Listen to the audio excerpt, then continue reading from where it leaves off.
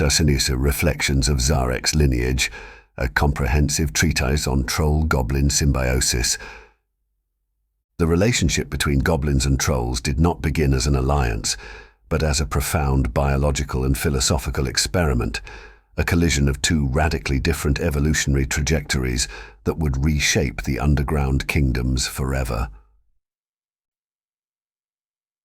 The first encounter. When Zarek's fractured goblin faction first encountered the primitive troll populations deep beneath the Earth's surface, it was not a meeting of potential allies, but a scientific observation of remarkable biological anomalies. The trolls were, to our mathematical consciousness, living computational errors, beings of extraordinary physical capability but seemingly limited cognitive potential. What the early goblin explorers discovered, however, was far more nuanced. Trolls possessed a form of intelligence that defied our initial categorization. While they lacked the intricate neural networks and computational abilities of the goblins, they exhibited a type of distributed consciousness that was unprecedented. Their very cellular structure operated as a collective intelligence, with each muscle fiber, each stone-like tissue capable of independent decision-making that simultaneously contributed to a holistic organism. Imagine a being whose every cell is both an individual actor and part of a broader neural network, whose thought processes are as fluid as molten rock and as persistent as geological time itself. This was the true nature of troll consciousness. The experimental phase. Our earliest interactions were clinical. Goblin researchers, led by descendants of Zarek, began what can only be described as an intricate dance of biological and mathematical probing.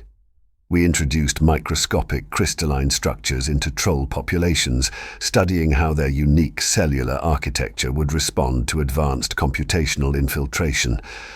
The results were extraordinary. Trolls did not resist these microscopic modifications as other biological entities might.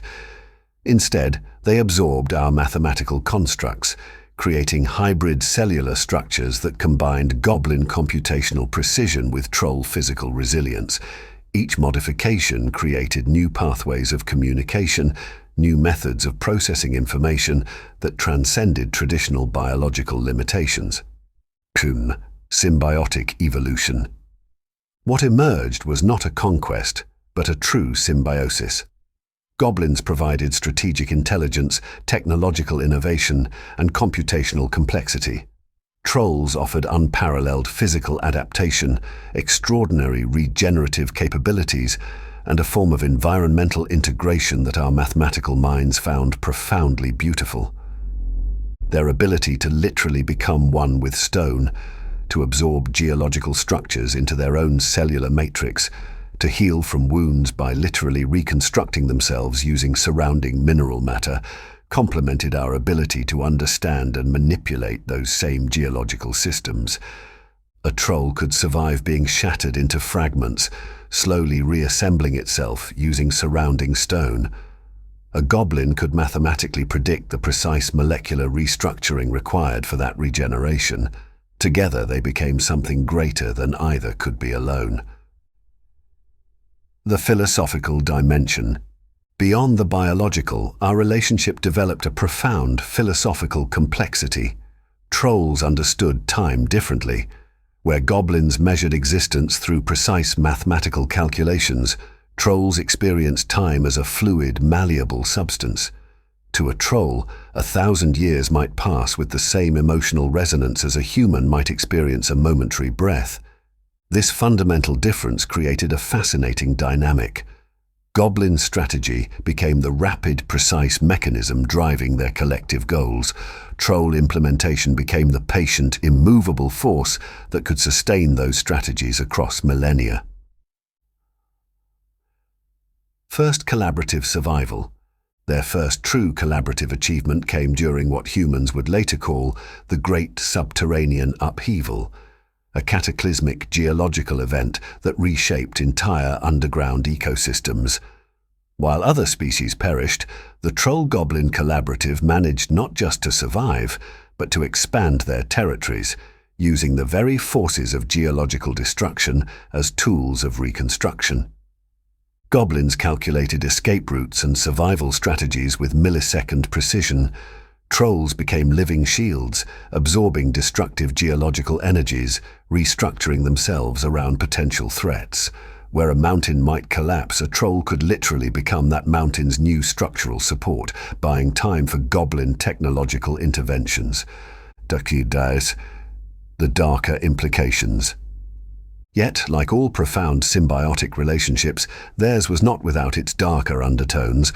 The goblins' mathematical consciousness saw humans, and indeed all surface dwellers, as potential variables in a grand evolutionary experiment.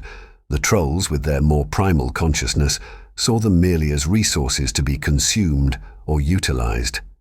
This fundamental difference would eventually lead to the complex power dynamics we witnessed during Marcus Blackwood's reign, a period where human slavery became not just a survival strategy, but a form of ongoing biological research. Zarek's final prophecy. In the final transmission recorded before his consciousness dissolved into the crystalline matrices, Zarek made a profound observation about the troll-goblin relationship. We are not allies, we are not enemies, we are different computational approaches to the same fundamental question of existence. Our collaboration is not a choice, but an inevitability. These words would prove prophetic, explaining the seemingly inexplicable bond between two species that appeared on the surface to have nothing in common. As Krasanak, I record these memories knowing that our story, the story of goblins and trolls, is far from complete. We continue to evolve, to calculate, to experiment, and humans remain our most fascinating variable. Krasnak, elder chronicler of the subterranean clans.